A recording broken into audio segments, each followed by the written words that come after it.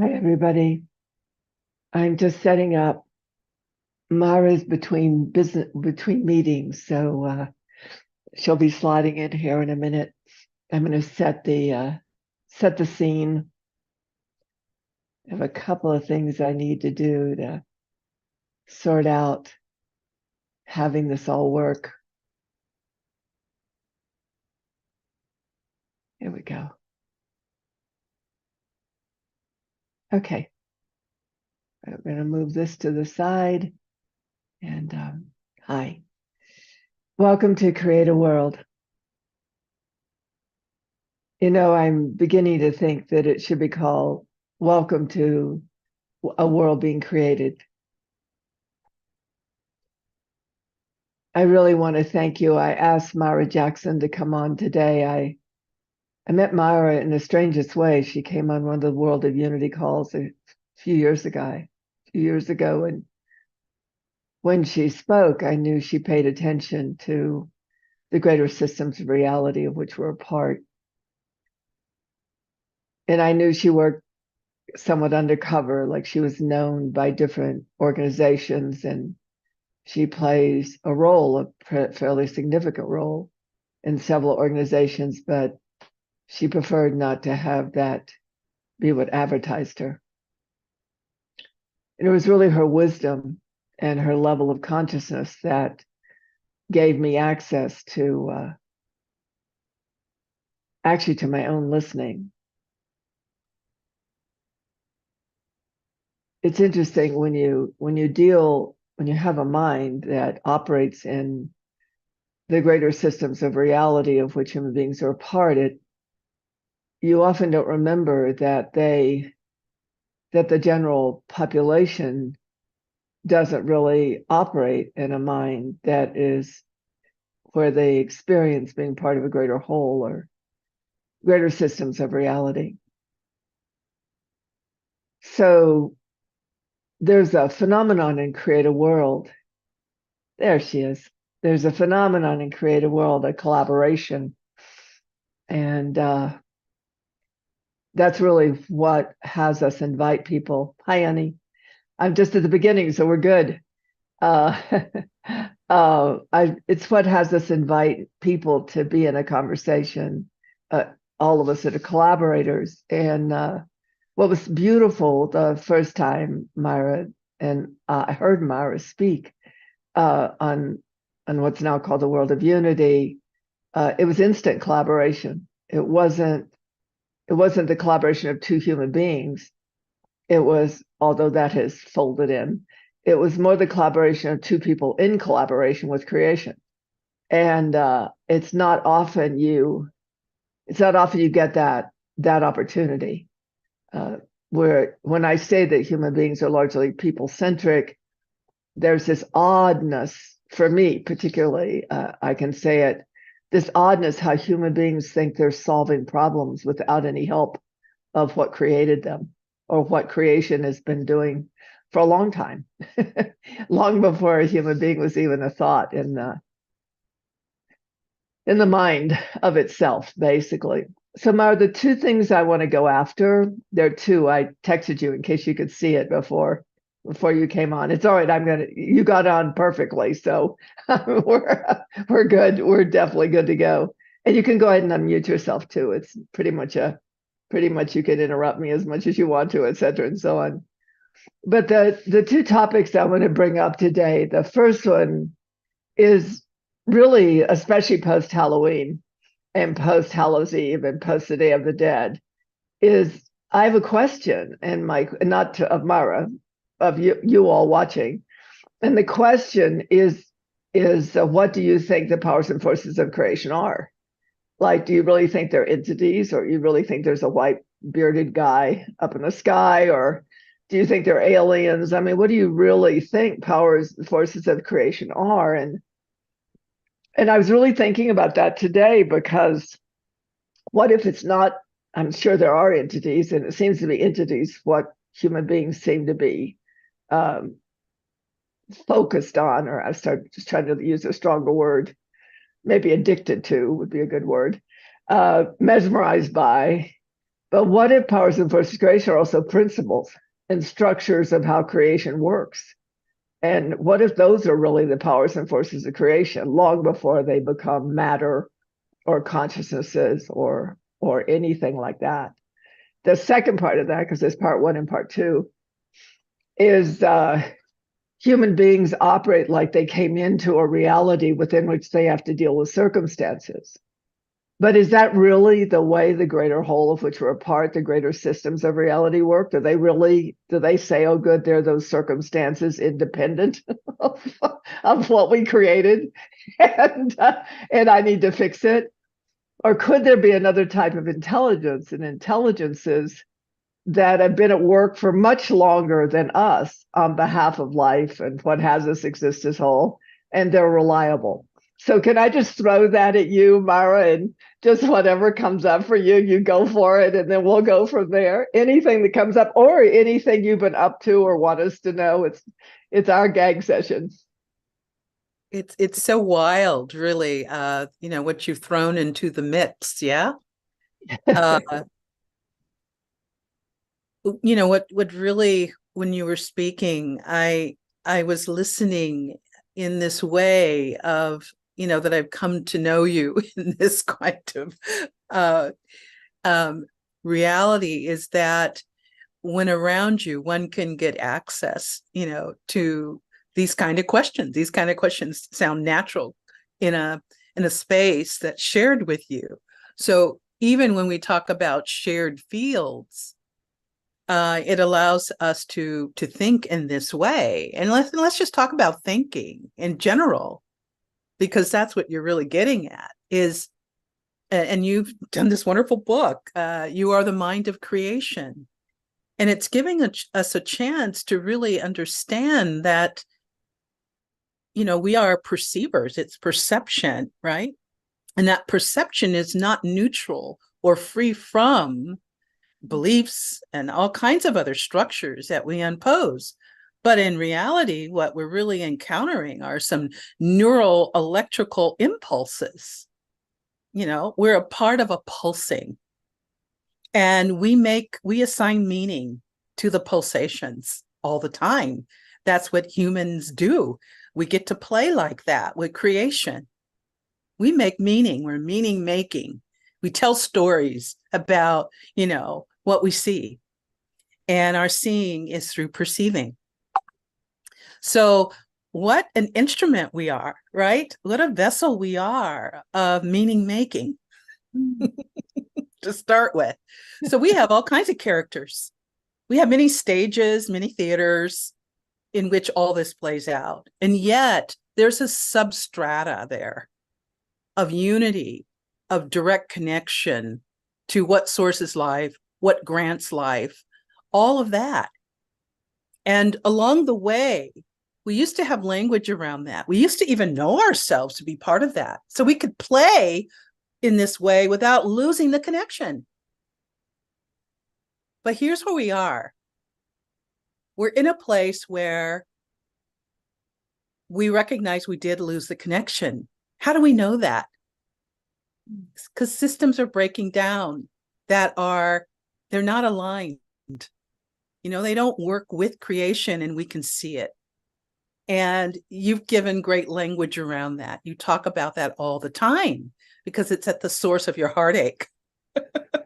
Is seeing this play out in the world as the design allowed for us to be here and to be here whole. And so we could play in 3D, but we can keep access to all the other realms. Most of all, our direct connection. And what I've been noticing as I track that, and you can stop me at any time. No, I'm good. I'm juicing now. But when I track this in two ways, through you, but also in the field that has been established because you're here. And that has real meaning for me, to be honest with you. I mean, it's a reality, it's a real thing, the field of Tantra and Maat. Very, very potent and alive in my knowing. But But when I look at this question of knowing and not knowing what we truly are, what we're sourced by and as, I see such clear patterns of it in language. And because I've looked back at the industrial era, and there was a growing knowledge at the time of what language does to us and our perceiving, that it was worked at. I mean, it really was, because we see a simple word like primitive. Take that, for example. Primitive actually was the meaning of people who were close to source, who were operated close to the original pattern. And pagan. That Absolutely. meant Pagan too. bonded with nature. Exactly. Absolutely. And those terms, primitive, you say that, it's pejorative always.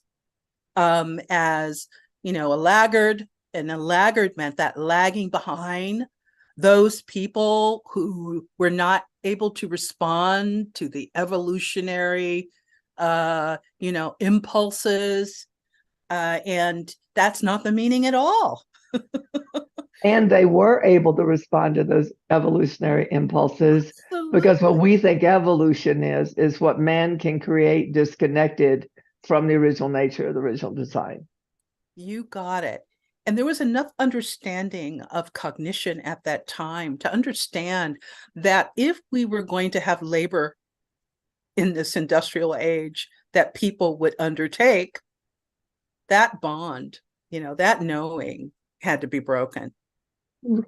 And so what we're looking at is all that traditional knowledge, all those ways of being in the relational field with life, with earth, knowing ourselves as in these vehicles as a part of nature, and those laws was separated. And we have a world that doesn't work because we didn't create what could be sustained and maintained. There's nothing that can be sustained and maintained outside of that direct link with creation. And here we are. And it's a world that doesn't work for human beings, because the earth is still doing fine. She's still working in her homeostasis. She's still balancing herself. Mm-hmm. She's still creating. One of the things that I'm going to make sure we come on, and if it doesn't show up today, we're gonna go after it, because I'm so excited. Because when I started to bond with Los Alamos, and I could hear her cry, but there's this magic in human beings that we've forgotten because of this bond. So it looks like I'm unique, but I know I'm not unique. I just couldn't shut the door on my primitive self. And but I could, in that unity, in that coming together with what occurred for me, as you said, cognitively and experientially, not necessarily, what would it be called? Objectively, that experience, I felt us bond. So we could track each other, and she could listen through my mind, and I could listen her, so that she could figure out how to interrupt what was aberrating her. And it's in Los Alamos, where they're using the earth to go against itself, basically. So there's something I've been paying attention to, and this is what I think is so important, Myra. We think we have to have an education to be in touch with something. No, we probably do need an imagination, though. And we do need to have a sense of we're resonating with something. Mm-hmm. But even in this conversation you're having, we're thinking about the way people will hear this, as they'll hear it like they, as individual human beings not connected to Earth, have to figure something out. No, the Earth is busy figuring something out. I am literally ended up since Los Alamos, and you and I have talked about this in other meetings. As I can hear hydrogen, I can hear plutonium. Well, that's because it's in here. I'm part of the elements of it, not because it's out there and I'm down here. And you can hear, because I'm audience, you can hear the powers and forces of creation that made this planet figuring out how to interrupt this nuclear bizarre aberration that human beings boys shouldn't play with toys thing. Mhm. And those toys they don't have in their disconnect from everything. So this isn't the reason I wanted us to talk today, isn't just because I want us to talk, but there's a rhythm happening in the last few weeks, and or maybe a little longer, but I've been able to track it in the last few weeks, like a condensement of time, where it feels like these greater powers and forces. Greater means simply they can destroy us because they also created us, but not as an entity, but as a principle of existence itself. And so for me, having Brian 2 weeks ago and now having you on, it isn't just the data, it's because of what we're paying attention to and how we're paying attention. And then we come into an EM. This is an EM, YouTube is an EM. So electromagnetic field, in case anybody wants to know, in case you think it's just two pictures staring at each other on the screen. And in that EM, because we're paying attention, the EM picks up on what we're paying attention to. And so this disconnect that humanity has had with itself, regardless of the planet, with itself, has lost its ability to have choice. It's lost the humanity's ability to, because we think saying no more is stopping Putin from dropping a bomb, and that's worthy of thought on Ukraine or anywhere. But what if we could go beyond that? What if some of us are going beyond that? What if some humanity, like we used to, are merging back into the field of existence, merging back into our particle, atomic field nature, and letting creation know, no, we're not. This isn't the sandbox that we wanted to play in. This is not what we think's fun. And if enough humanity, in my opinion, this part I don't know, I'm curious about your thoughts. If enough humanity or frequency level, people at a high enough frequency level, because we actually operate a very low frequency level. Another conversation I'd like to have with you about frequency level, because we think about it randomly, but truthfully, things happen at different frequency levels that can't happen in low frequency. That's just the way of it. But if the frequency quality of humanity can return to its primitive self, then we got a lot to say, and not to say over, not to say to dominate, but to say with. So that's what sparked out of what you shared. Over to you. Oh, She's so one of my favorite parties, by the way, everybody. oh, well, I'm having fun here because, okay, what we're doing is, we're exploring, right? And immediately what happens is I always feel an expansion when I tap into wonder and awe. And wonder and awe is a state I find myself in often. It's kind of natural for me to go there because that's where I do my deepest communion as a field being, in my connection directly to source. But I've been exploring it a little bit more deeply lately, because one of the things I do notice when I'm working with water is that water is helping to restore those connections and those registers. And how do we know that? Is that when I'm making contact, I'm noticing the oxytocin flowing. And this whole idea of a relational fields, when we are at the level of particle, wave, and our systems begin to move with the elements, right? The forces of life. Those are in relationship to each other. And when we get and know and feel those relationships, there's a response, there's a resonance that's there. And that, to me, the oxy sometimes just ripples across my lips now.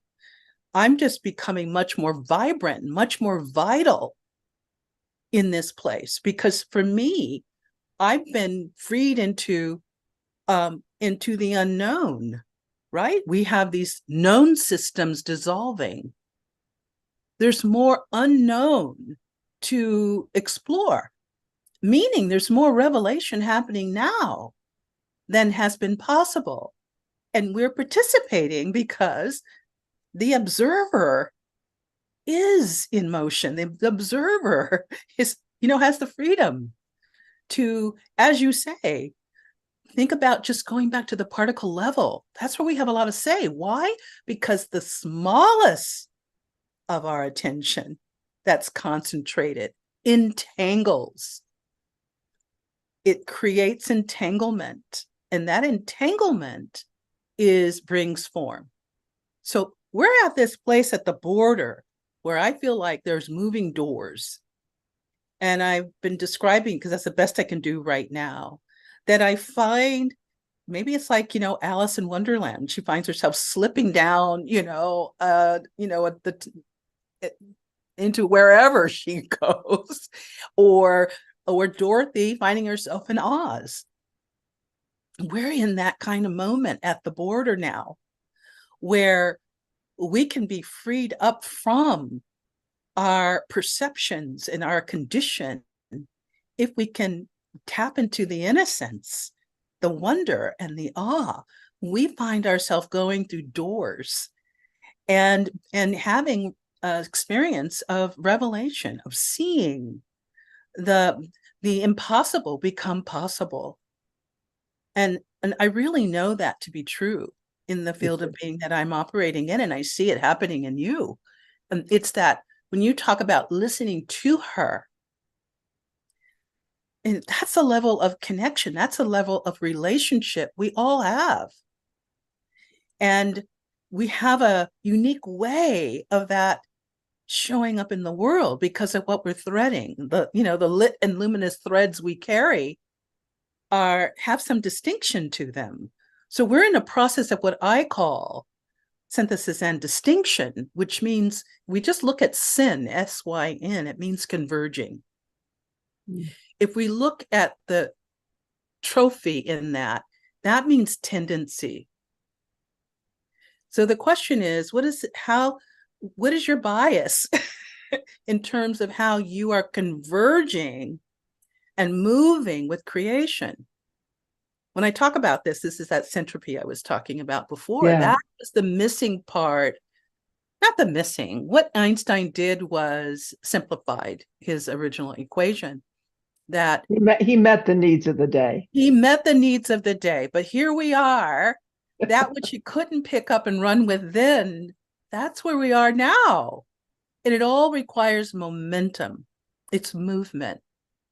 It's being able to track how creation is moving within us, what we're present to as the movement, the momentum.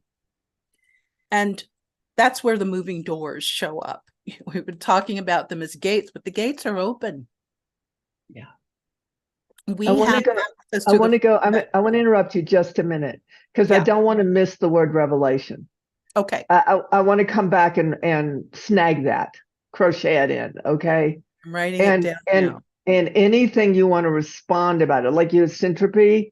Yeah. It really, I think revelation gets heard like an identity picking up on something, like looking at a movie.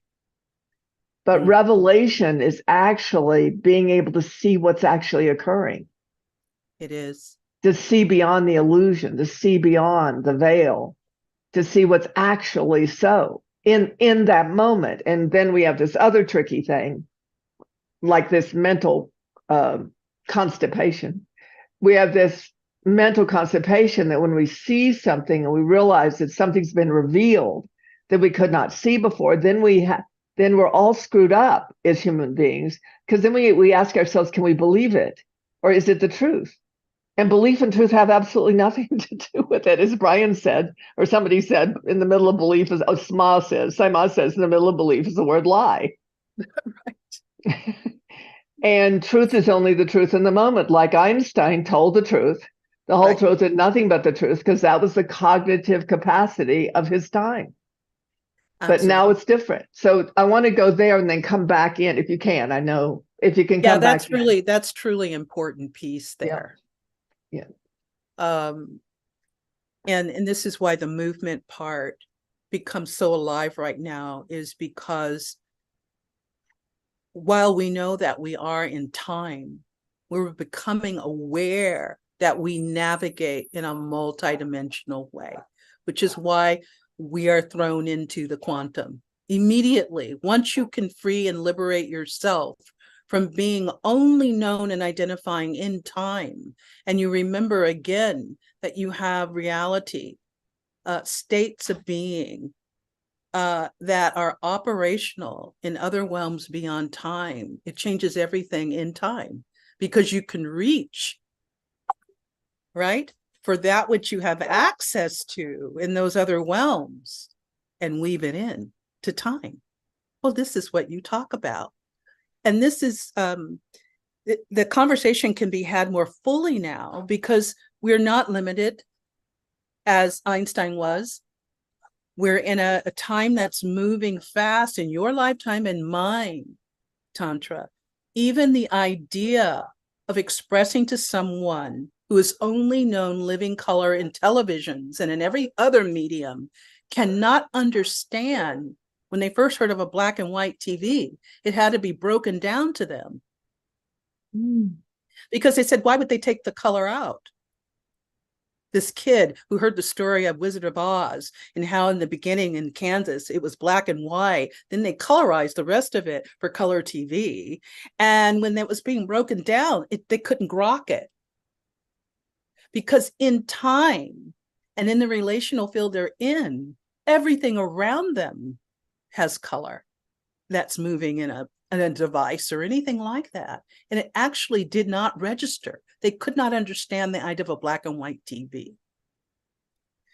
So it's things as simple as that, but we have lived through mega changes even in this lifetime. We do 20 lifetimes easy. Up until now, we're doing much more. So I'm backtracking to say this, that we are living in a time in which Einstein's formula was simplified because we couldn't get it. Now we can. And what happens with the can is that the retrocausality, the momentum that was left out, was about future informing present. What he chunked it down to was past informing present, and he couldn't deal with the retrocausality of future informing present. Now we have both. That's the meta-ing in your language of the accordion. Okay, so now we're moving with creation. And that means at any given time, we see more. We just simply are able to see and know more. We're moving with, in a way, that those neuronal impulses, if we're open to the idea that there's so much more to be revealed, and we're curious and open, our jaw drops every day at what we see and hear and know. But as a vessel, as a vehicle of that direct connection, we get to decide the yummiest parts we want to play with and bring in. So the actions that we're taking, the way in which we're moving, is this incredible choreography. But right now at the border, we're having to do some undertaking, which means what we're doing is we're taking those pots that are dissolving and we're being asked to bring them to rest in a sacred way with reverence, because we've all played in the aberrated, so that we can take the energy that's coming from that and dance and move. And I mean literally dance and move. It would be nice to do that on the earth again and sing the song of source that is in each of us. I want to read something. Oh my goodness. I want to, for those of you listening and those of you that would be listening, there's always method in my actions. And one of it is what Myra says about being in the matrix of reality that's in the booklet, have them be not afraid. it has in the beginning the matrix of reality that was basically channeled to me by a being back around 1993 or 1994. It took me 2 years, just going to what you were saying, Myra.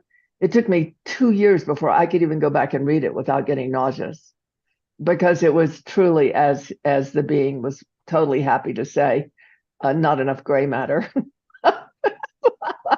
my little computer upstairs was just not working out too well with the transmission. But one of the things that was said, I really have to read, but because it's and Myra, just whatever you want to respond after this, okay? Because something happened. I'm going to try to multi-dimensional speak right now. I have this friends that I meet with on Thursday night, and something happened last night. Something none of us were ready for or prepared for.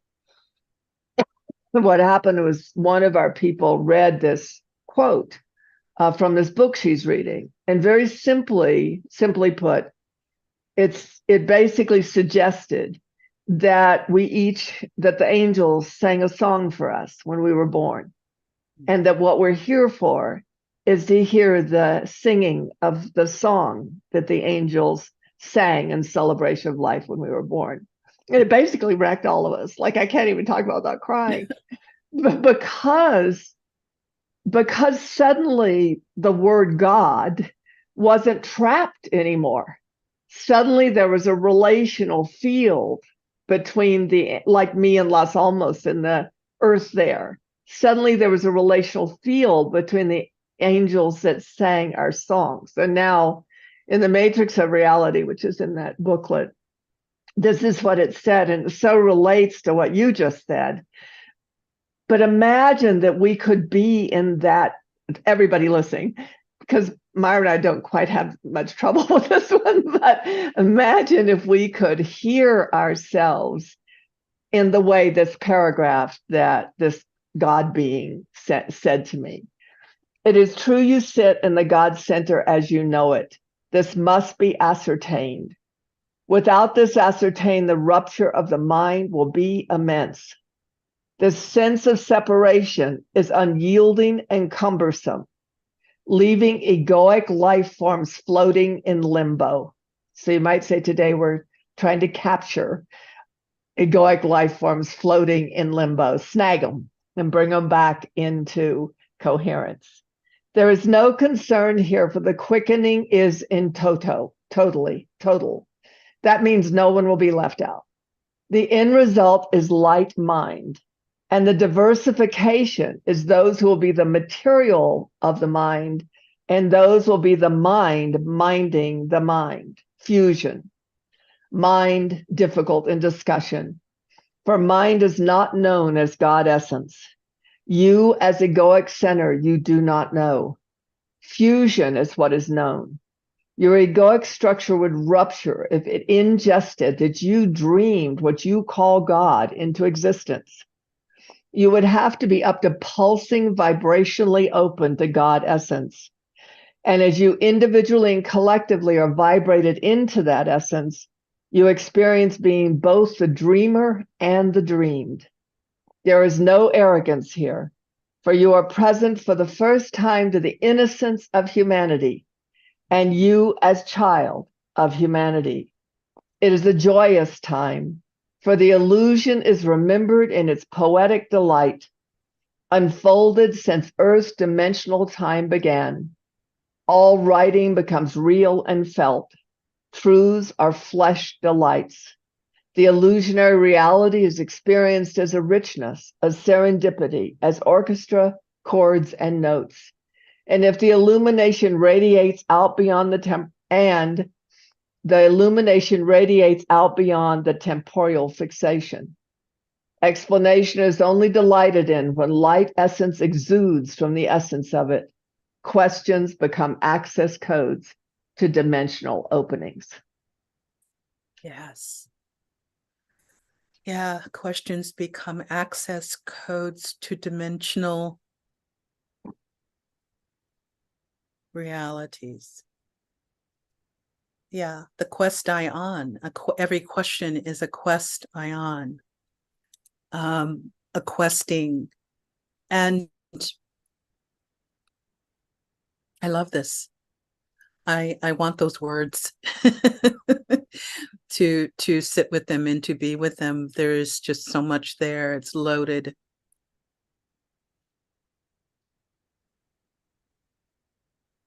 And I very much, just one thing, very much in the Yeah. same way, Einstein could only be revealed to the level that the consciousness was capable. It's also true of what we call God. It could only be revealed. But like what we're seeing in the Middle East, we have a thread for the Palestinians, basically people in Turkey and Israelis. And basically one of the primary conversations is, no, this is not God. This is not that. And so it's really is what you said earlier. I just want to make sure it doesn't get lost. And that is that we are in a new place, and it isn't because, as you know, in the work I've done since 2014, it's literally been about getting past barriers in consciousness. Right. No, we're not in that anymore. We're now at borders of new consciousness. That's right. Yeah. Yeah, it is. And it is a bit of a bardo, because as we're moving through it in this liminal space, a bardo, some of the layers of our politeness have had to be dissolved. I mean, because we're going to be present to the aberrated in a big way as it's making its way out and through us. And yet this is where that heart comes in, those hidden chambers of the heart, for me, because that's where I've been spending a lot of time. This is like a riptide. And I had an aunt who was a great swimmer who drowned in a riptide. And when I was a little girl, that made me pay attention, because we were ocean people. This was in Mission Beach in San Diego, and she had come visiting my people. My parents were from Michigan. After migrations north of the peoples, they were in Michigan, and German speaking and strong swimmers. And a riptide, the way you get out of a riptide is to go down. You go inward, you go down, and the forces of that riptide will free you, will liberate you. So this is part of some of the physics that is involved in the movement, because the more and more our imaginations, we unbound ourselves from belief structures, which I mean, beliefs can be useful, but for me, they've always been provisional. Okay, let me examine them, see how far they go. See, like scaffolding, to hang things on. But because we know that there's such a big, deep mystery here, we've got to keep a door open to revelation, for life showing us what's beyond. Now, great word meta is about beyond, metaphor, beyond. So if there's a place to carrying the beyond is metaphor. And so the whole meta-ing is a real deal. It's especially at the border, because the border is an indicator of how small we made existence through ideas and beliefs. And these ideas and beliefs, at this border, there are doors that are sliding and opening, and we're slipping into. And maybe it's not a slipping into, because when we get to this place, propositions don't make sense, right? The unbounded places and timelessness, those propositions don't have a place. So it's tricky when we do that, as is time. So, boy, do I love what you just shared. And this is the doorway to keep open, is that change is going to occur at a twinkling of an eye, and we'll see a lot of it. It'll be hard to remember some of what we know now, because the changes are going to be so total, so fulsome. And we will adapt, adaptation, migration, a lot of that will be happening on the earth. And every time a major fold in time came, there was massive migration and adaptation. What is the adaptation to? Well, to the next iteration of the next greater whole. And go back to that reconfiguration. Yeah. Sorry. Go back to talk a little bit about fold in time. So the folds in time have been those markers in times when we have lived out a full round, a full rhythm. Remember, you were talking about rhythm. This rhythm thing is very important because we have been spiraling through cycles of time, through cycles of being in various forms with access. The access has changed through these folds of time. Many people will know of Atlantis and other times in which a convergence, a fold in reality occurred. So when you fold time, things happen very quickly because you're not traveling a distance of the expanse. No, the whole convergence, it comes in, the past and future fold into the present. And there's a whole different informing, a territory that you enter into. It's a new reset of a playground, more or less. And there's some structures that have stayed in place as markers. And in this next fold of time, those markers, which have been like the Giza Plateau and some of the pyramidal structures, they will not go into the next greater whole. Their last role and their last place is in this fold of time. And they are holding in time vessels that will allow these energies that are streaming in, this information streaming in, that is informing, giving shape to the next. Those particular pyramidal structures are a part of that infrastructure that will allow us going into the next greater whole, as I see it. Wow. It certainly speaks to the obsession, and I mean that as a compliment, not as a difficulty, of people needing to get to Giza, needing to get to Egypt right now, needing to gather back the information. Probably has a lot to do with why I feel obsessed about getting to Dendara. There's a sense of recovery, not recovery of something from the past, a recovery of something that allows for us to quicken our relationship with the future. That's in the now. It is in the now, and it could not. It's been seen and visible there all along, but not for what it actually is. So there's new forms of energy, all those other things, and understanding. And I have to tell you, this very week, friends that came back from Egypt said, it is so full. People are there in droves. They are there. So, that's evidence of what you just said, is that people are flocking. But not only are people flocking there, the earth there's an unearthing of these treasures right now. And they're coming to the surface. And they're just seeds that have been planted, and they will arise now. And whether they do, they have us question what we've held as truth. They disrupt, they're all interrupters of a dream we've been dreaming of separation. We've been dreaming a dream of separation.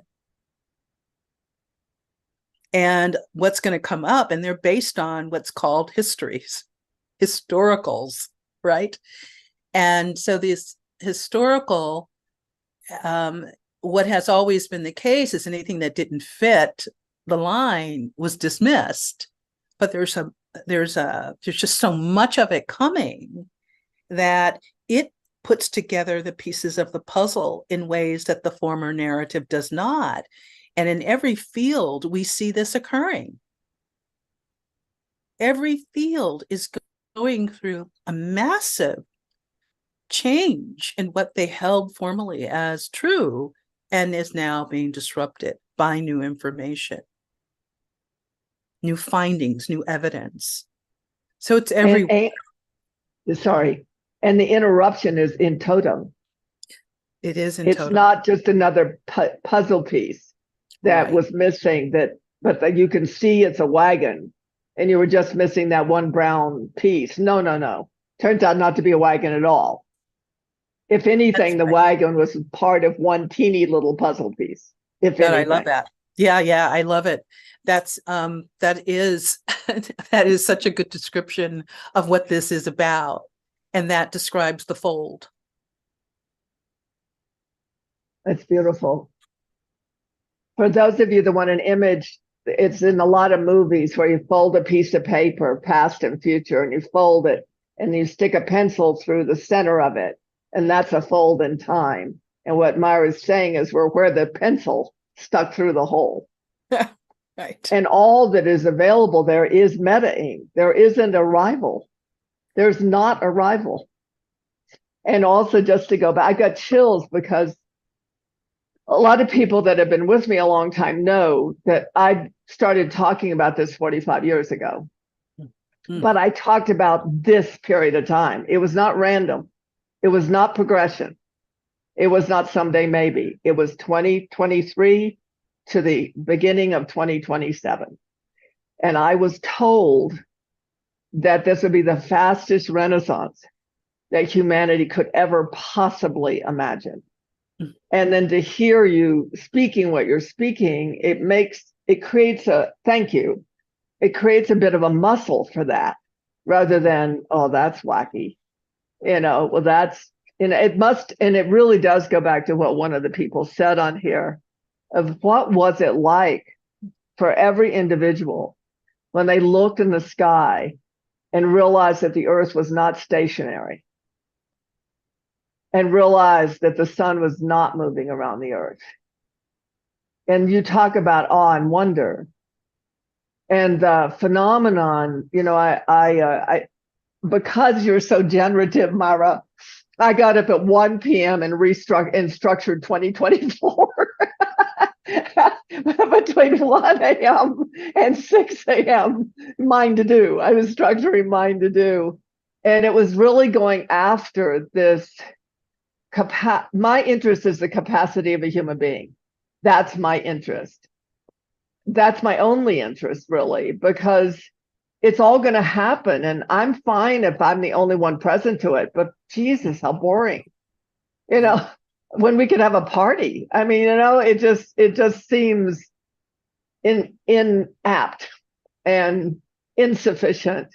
But one of the things I realized, because these past years, my whole gig is to bring things back into existence that have lost their way back into the 3D. Really serious relationships that human beings are designed to have as part of creation. Mm. And in this conversation, one of those is literally as a dimensional being, being able to call back into here what we treasured, to remember it, to go through the memory, get back in the memory of it. Usually there's an upset or a trauma where it got lost, and then say, oh, shake it off, grab it, and bring it back. Mm. Because we can forever be ignorant of what's occurring in reality, in the greater whole of which we're part. We can be ignorant. But there is a growing humanity that wants to be participant. Mm. And we're not only designed to be participants, we're designed to be interactive, interrelated, and interdependent as an active field. Right. And I really am 77 this year.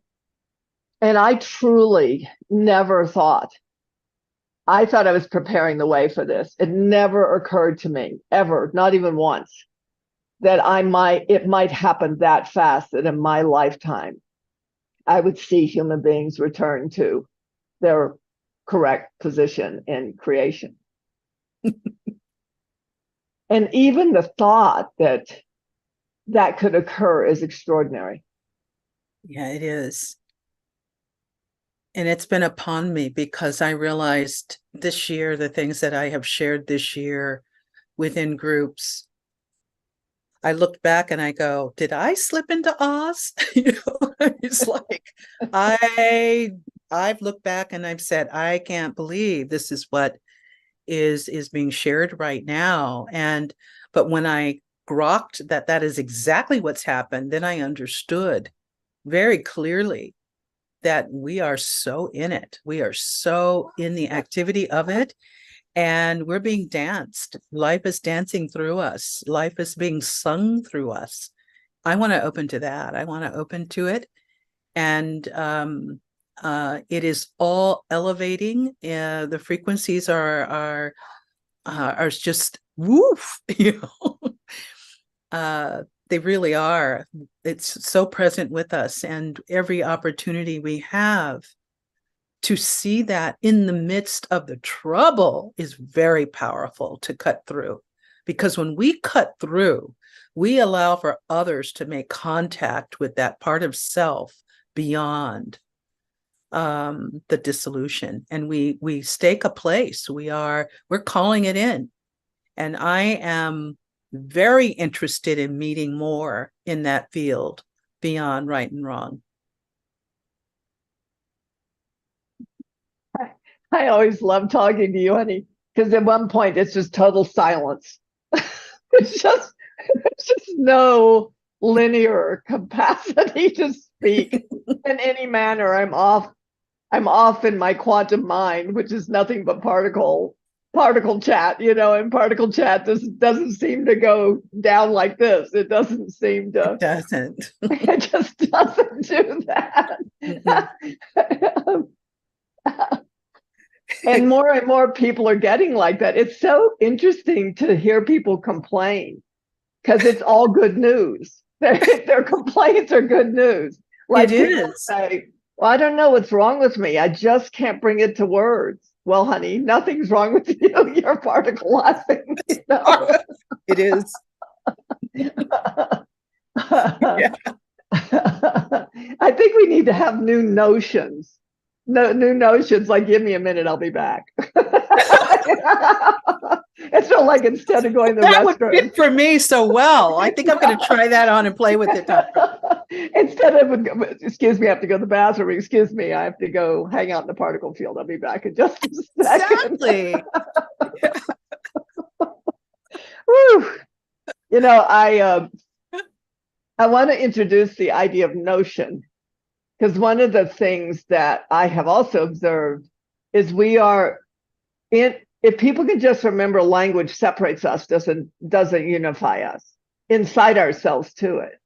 So everybody's trying to figure out being and doing as if they're separate. But doing without being is different than doing with being. Yeah. That's just how it kind of works. You don't have to understand it. But one of the things that this notion thing is, if I was going to advise people, which obviously I am, I'm sitting here advising now. If I would advise people, I would just say, follow your notions. Just follow your notions, because they don't fit inside of the construct of what we think doing is at this juncture. So everything we've talked about up until now, doing is directly related to realities of separation, as well as doing can be related to realities of unity. The difference is you have a script for realities of separation. Don't go there, you'll get your toe burned. It has a script. But when you're in a direct link with creation, you're just at play. Yeah. You're just at play. There's no past or future. There's no intent to have something happen, except you keep following something that looks like intent because it feels so juicy inside you when you're following it. But it isn't to have it or to do it. It's because for you, you're already there. You're already there. And then we let the greater powers and forces of creation, which includes principles. This is the thing. When you said about being able to be in the harbor of Tantra and Maat, those aren't entities. Those are principles. And they're principles that shape environments of creation within which human beings can dance. Nobody needs it outside of human beings. Nobody, that's not a dance card for anything else. It's a dance card for human beings. So it's remarkable. And that's really, I want to say one more thing. I was trying to figure out how to have it fit, but we'll just, I don't know. But I'm starting these podcasts because this level of conversation needs to be had now. So all of you that are watching, which is a few, she's basically doing this in between meetings, and she's going to pop off at any moment and leave me stranded here alone in the universe. and she pops into another meeting, but I'm going to hold on to her until she goes, bye, Tantra, because we're in the time of this kind of listening, because the other kind of listening is destroying our body. It's destroying our minds. It's destroying our nervous system. It's not just a good idea. It's our physical body is actually trying to restore itself to its own quantum nature. And our listening can do that. Oh, our listening can do that. Yeah. Yeah. I mean, it really is, the sonic alchemy of it in this deep listening is really part of the real, it's another conversation, Right.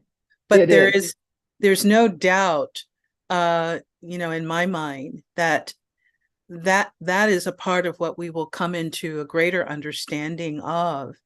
And most of all, when we get there, the other part about now that changes everything is the care of which we, that we give to our thoughts, to our attention, to our feelings, because they inform.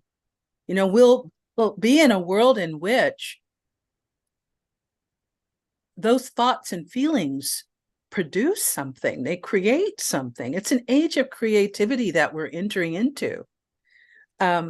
Creation is going to keep us really pretty busy, and so what particularly we're dreaming, for 3 years. Yeah, go ahead. Yeah, and what we're dreaming and what we love, and knowing what that is going to be fodder for what unfolds. You see, primitive people, their doing and being was always a part of the dreaming. They'd wake up, they'd talk about their dreams, and informed what they were about during the day. Those worlds were not separate. Those worlds were in a relational field and in conversation with each other. Yeah. The one thing, but we have got 2 minutes, but one thing I want that also the primitive people knew is emotions weren't good and bad. They were all a through line. They were all a through line. And you just followed them. You were terrified, you beat in the dance of terror. If you were happy, you beat in the dance of happy. Because that's the only river we got. That's the river. And drink lots of water. Drink lots of water. That's the river. And that's the human creation, because that human palette of emotion covers that full spectrum. And it gives a lot for creation to play with. We should play some more. Yeah, we should play some more. More locally. I mean, we clearly play quasi-dimensionally. But bring the conversation into the playground here. Okay. Yeah, we'll do that. Absolutely. Okay. And thank you. You are where I am and you am. There is something available that I rarely get to experience in a reality of separation. And that is who we are when we're all part of the greater whole. Oh gosh, it's such a joy, honestly. More of this. Kisses forever. Take precious care. And enjoy your next meeting, honey. Oh, thank you. I'm running into an Israel-Hamas conversation.